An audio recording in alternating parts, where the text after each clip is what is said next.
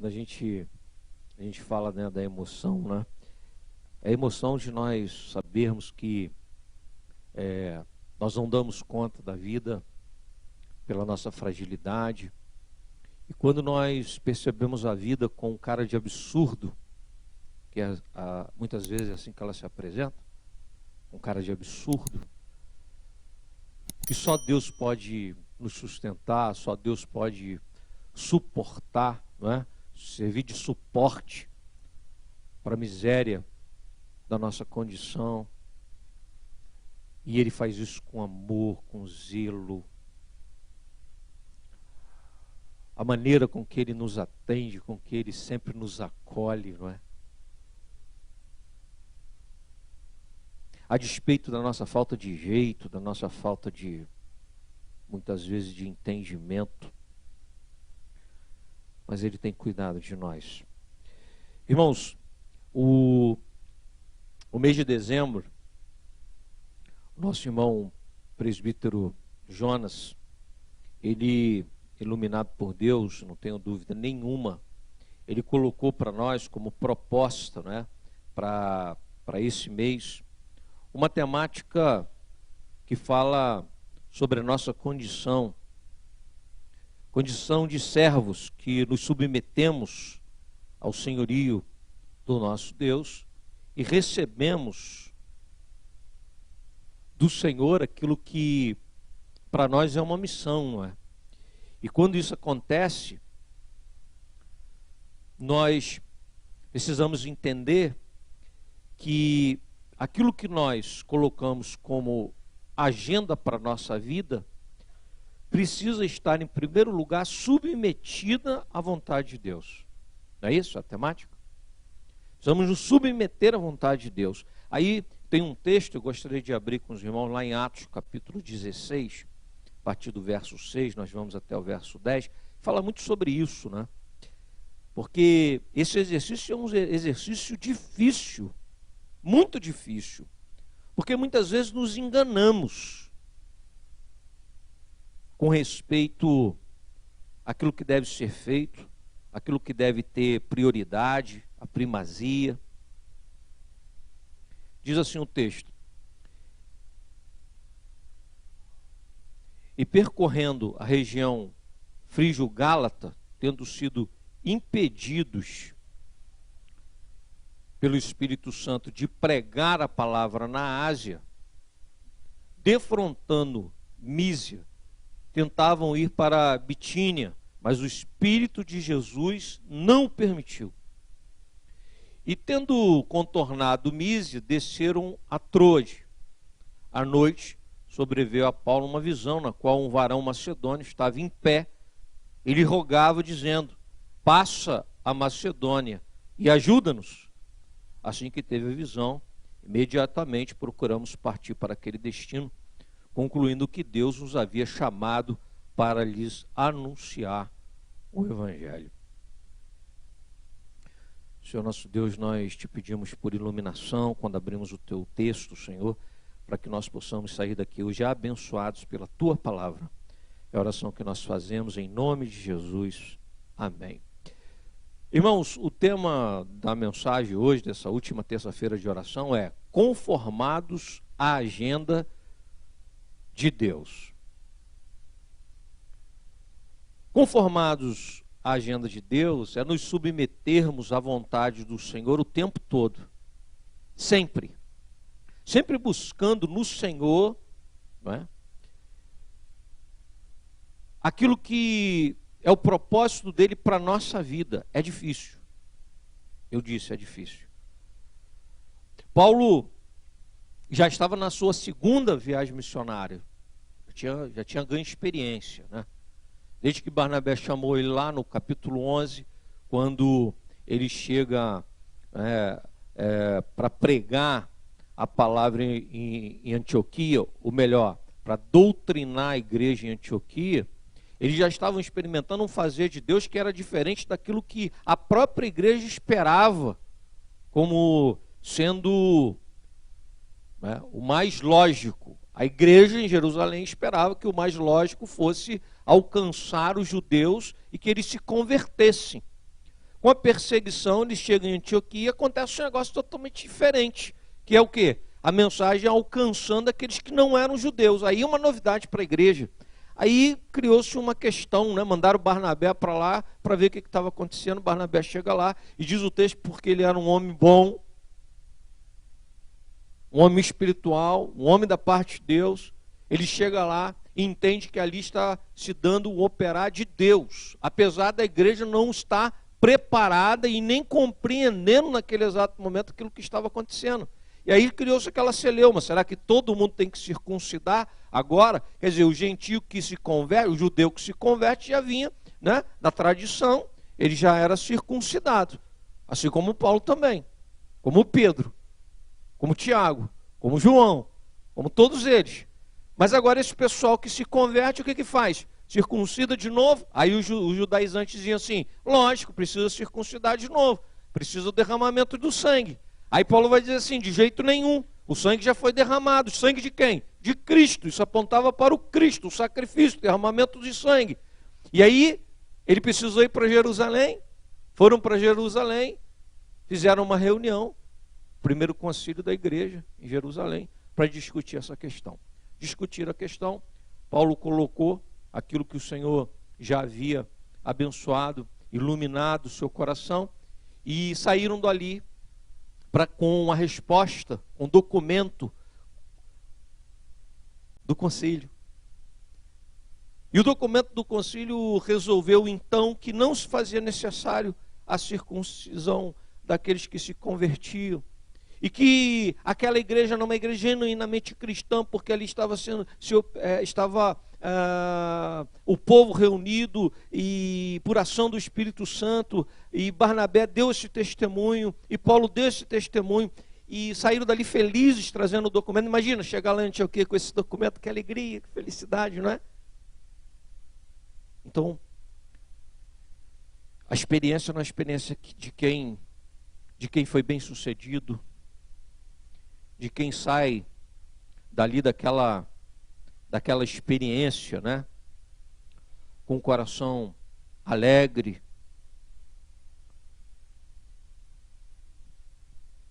Esse tipo de experiência pode trazer um certo assim, orgulho, né? Eu estava certo. Era isso mesmo.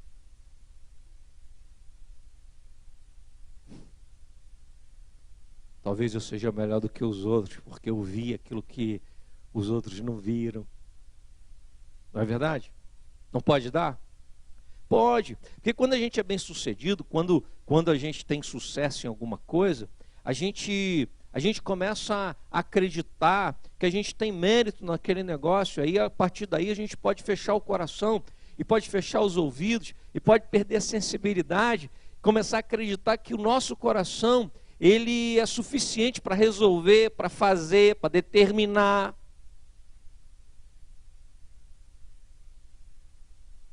Mas não na vida de Paulo. O capítulo 16 mostra isso. Ele sai com todas essas experiências na bagagem, mas o coração está sensível para ouvir a voz de Deus.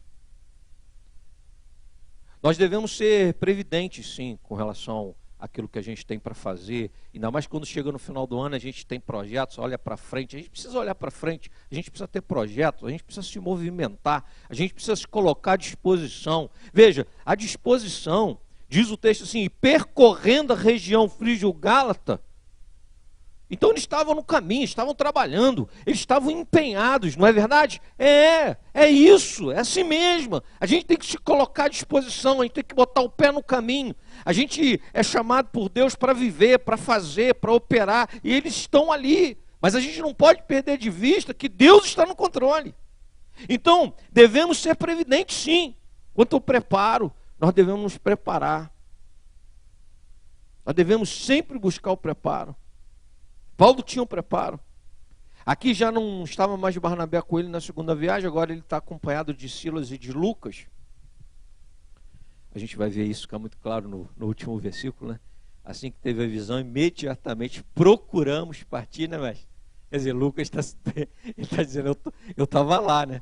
procuramos partir. Ele não está falando, ele não ouviu a história. Ele está contando uma história que ele vivenciou lá. Ele estava lá com eles também. E aí, preparo tem, não pode faltar o preparo. A gente tem que estar sempre buscando no Senhor o preparo. Para a juventude aí, vamos estudar, vamos fazer o curso que tem que fazer, vamos correr atrás. Não é isso? É, o preparo. Com relação às coisas de Deus, a gente tem que estar sempre se preparando na palavra, na vida de oração. A gente tem que buscar o preparo. Devemos ser previdentes com relação ao objetivo. A gente tem que ter objetivo na vida, não tem? E qual era o objetivo? O objetivo de Paulo era pregar o evangelho da salvação. Esse era o objetivo dele. Era pregar o evangelho. Qual o objetivo de Paulo? O objetivo de vida. Pregar o evangelho a todos aqueles necessitados de ouvirem o evangelho de Cristo Jesus. Esse era o objetivo. A gente tem que ter objetivo. Sem objetivo a gente não sai da cama. A gente não vai levantar amanhã sem objetivo. A gente não sabe o que a gente quer, a gente não sabe onde a gente quer chegar, a gente não sai do lugar. Ou quando se move em círculo, não chega em lugar nenhum.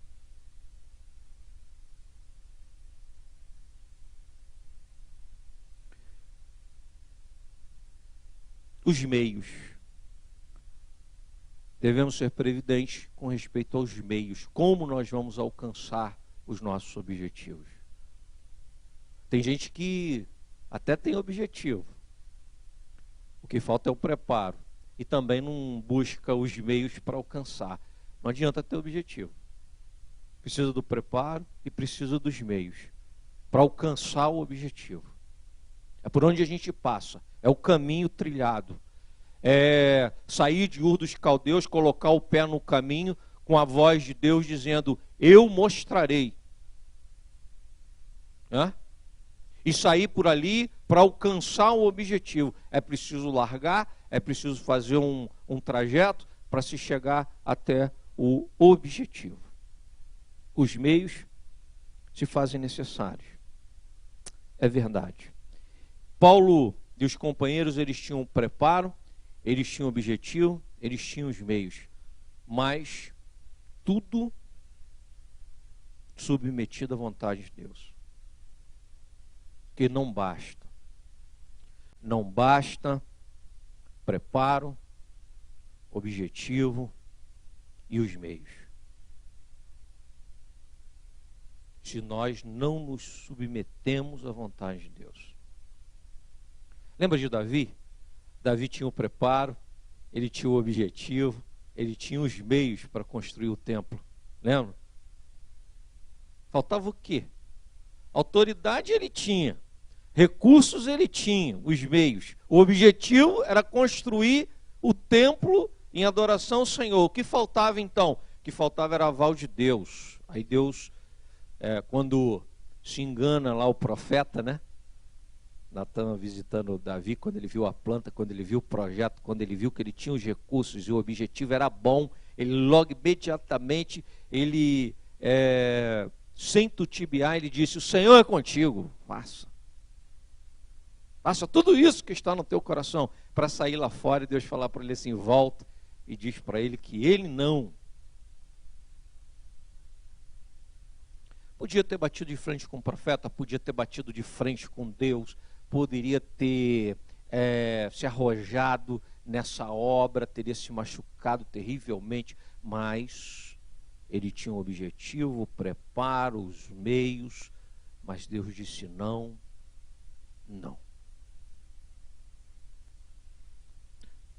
Paulo nos ensina isso. Diz ele que ele tinha um objetivo.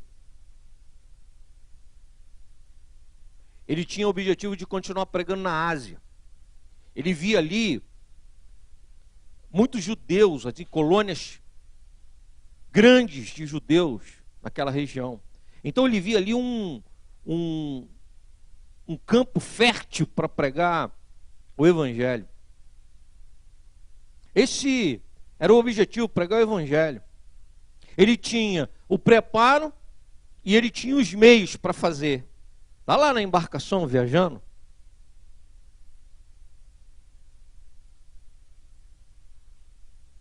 Mas aquilo que ele achava, aquilo que ele pensava, aquilo não era a vontade de Deus. Portanto, diz ele que o Espírito Santo impediu que ele pregasse na Ásia. Aí ele tentou ir para Bitínia, mas o Espírito de Jesus não permitiu. E tendo contornado o Mise, desceu a Trode. Quer dizer, ele continuou procurando o melhor lugar, mas na mesma região.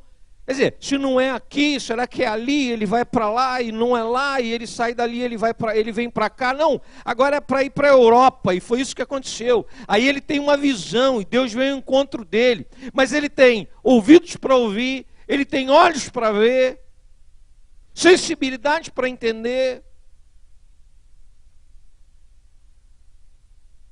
Porque nós não estamos no controle. É isso que nós precisamos pensar. Sempre essa humildade, nós não estamos no controle. Quando falta isso na vida pessoal, a gente sofre, não é? Quando falta isso na vida da igreja, a igreja sofre. Quem determina é Deus. Assim que teve a visão, imediatamente procuramos partir para aquele destino, concluindo que Deus nos havia chamado para lhes anunciar o Evangelho. Aí o Evangelho chega à Europa.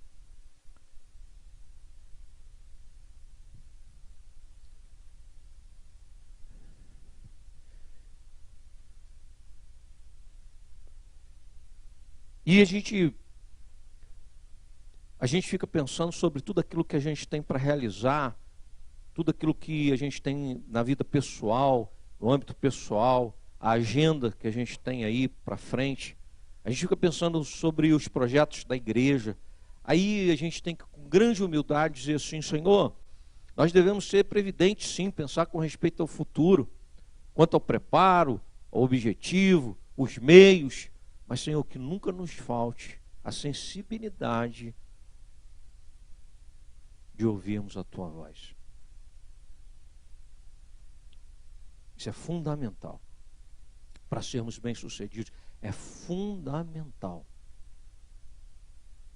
Irmãos, que assim como Paulo experimentou, a agenda dele estava atrelada à vontade do céu, a agenda dele atrelada à vontade de Deus, que assim seja na minha vida e na tua. Se o Senhor não for comigo, eu não irei, disse Moisés. E a garantia de Abraão, a garantia de Jeremias, a garantia de Isaías, a garantia de Ezequiel, a garantia de Elias é a mesma. O Senhor disse para eles: eu irei contigo. É isso que faz a diferença. O que faz a diferença na vida da igreja, Deus está conosco dentro do nosso projeto. O que faz a garantia na tua vida, da tua vida particular, os teus sonhos, os teus objetivos, o que vai fazer a diferença em você ser bem-sucedido ou não, é justamente se você tem aí na tua agenda o carimbo do céu a respeito desses projetos. Porque se Deus não carimbar, não faça. Se Ele não carimbar, não vá. Se Ele não carimbar, não insista. Agora, sendo a vontade de Deus, seremos irresistíveis. Ninguém poderá nos opor. Foi a palavra dele para Josué: ninguém poderá apresentar oposição a você todos os dias da tua vida. Tu serás irresistível.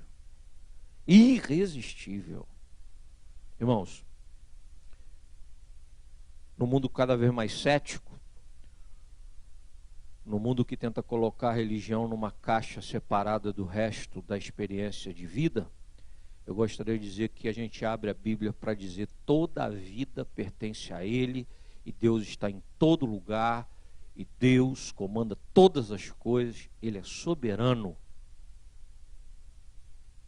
Portanto, na tua vida, seja previdente, pense no futuro, faça a tua agenda, procure os meios, conhecimento, os recursos necessários, mas não saia sem o aval de Deus. É a vontade de Deus? Essa deve ser a pergunta que deve nos incomodar ao ponto de, durante a noite, o Senhor nos visitar e abrir os nossos olhos. Que Deus nos abençoe, irmãos.